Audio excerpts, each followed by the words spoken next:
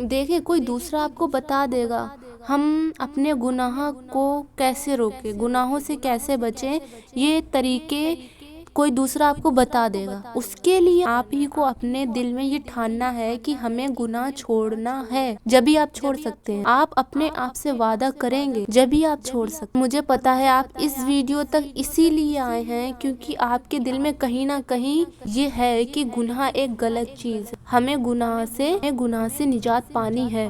مجھے پتا ہے آپ کے دل میں کہیں نہ کہیں ہے اللہ کا خوف، اللہ کی محبت ہے، اسی لیے آپ اس ویڈیو تک آئے ہیں۔ گناہوں سے کیسے بچیں؟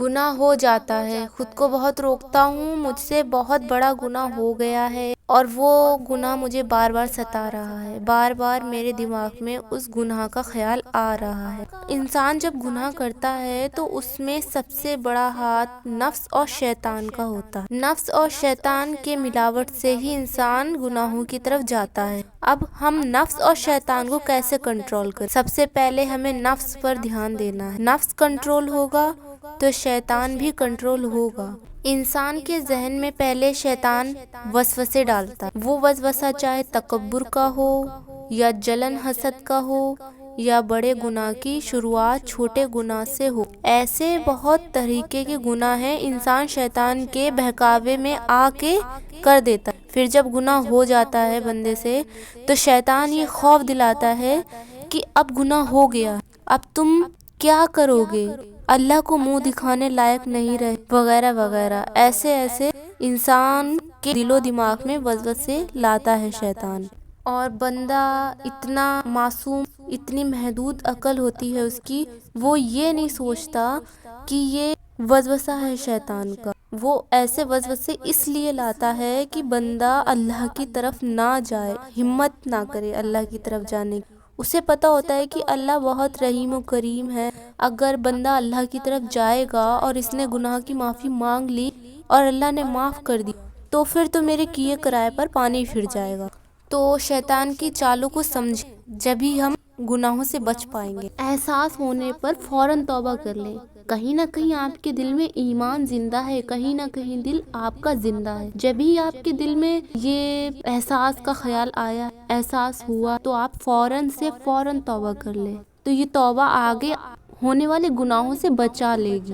یا پھر غصے میں شیطان انسان سے ایسی منہ سے بات نکلوا دیتا ہے جو بعد میں انسان کو پچھتاوا ہوتا ہے کہ میں نے یہ کیا کہہ دیا، میں تو غلط انسان ہو گیا، میں نے اسے یہ کیا بول دیا۔ ٹھیک ہے، تم سے غلطی ہو گئی ہے، تم اس شخص سے جا کے معافی مانگ لو اور اللہ سے معافی مانگ لو، تمہارے دل کا بوجھ ہلکا ہوگا تو تم اگلے گناہ کو کرنے سے بھی بچو گے۔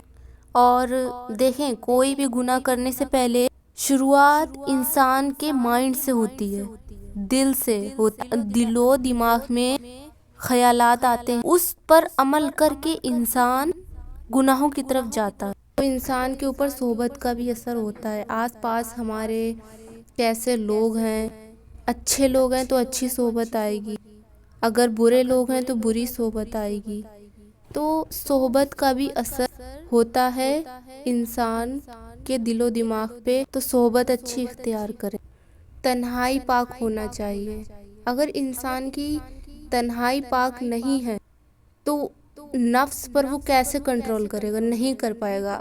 جیسے تنہائی میں انسان موبائل دیکھتا ہے، اس میں ایسے ویسے مطلب شیطان کے بہکاوے میں آ کے ایسے ویڈیو دیکھتا ہے، اور جس سے اس کا نفس جو ہے وہ غلط راستے پر جاتا ہے۔ تو ہمیں تنہائی بھی پاک رکھنا چاہیے۔ تنہائی میں ہم یہ دیکھیں کہ ہم کیا کر رہے ہیں، جیسے موبائل میں ہم غلط ویڈیو، غلط فوٹو، ایسے غلط بات کرنا کسی سے، تو یہ بھی ایک نفس غلط کرنے کا طریقہ ہے۔ نفس کو پاک رکھیں، تنہائی میں اللہ کو یاد کریں، عبادت کریں اللہ کی۔ غلط کر کے ٹائم برباد کرنے سے تو اچھا ہے اللہ کی عبادت میں ٹائم لگائیں۔ اب عبادت میں بہت سے عمل آتے ہیں، خالی نماز ہی پڑھنا نہیں ہے۔ جو آپ سوچ رہے ہیں کہ وضو بنانے میں ہلالی آتی ہے اور نماز 5 ٹائم پڑھنا ہے، یہ تو ہمارے اوپر فرض ہے۔ اور عبادت کے بہت سے طریقے ہیں، جیسے اللہ نے زبان کو پاک رکھا ہے، لیٹیں یا بیٹھیں یا کسی سفر میں ہوں تو اپنے زبان پہ استغفار کی تسبیح لایا کریں، استغفار کرا کریں اور درود پڑھا کریں، نیکیوں سے بھرا کام کرا کریں، جیسے کسی چڑیا کو کھانا کھلانا، کسی کی مدد کرنا اور کوئی ایسا نیک کام کرنا جس سے کسی دوسرے کو خوشی ہو۔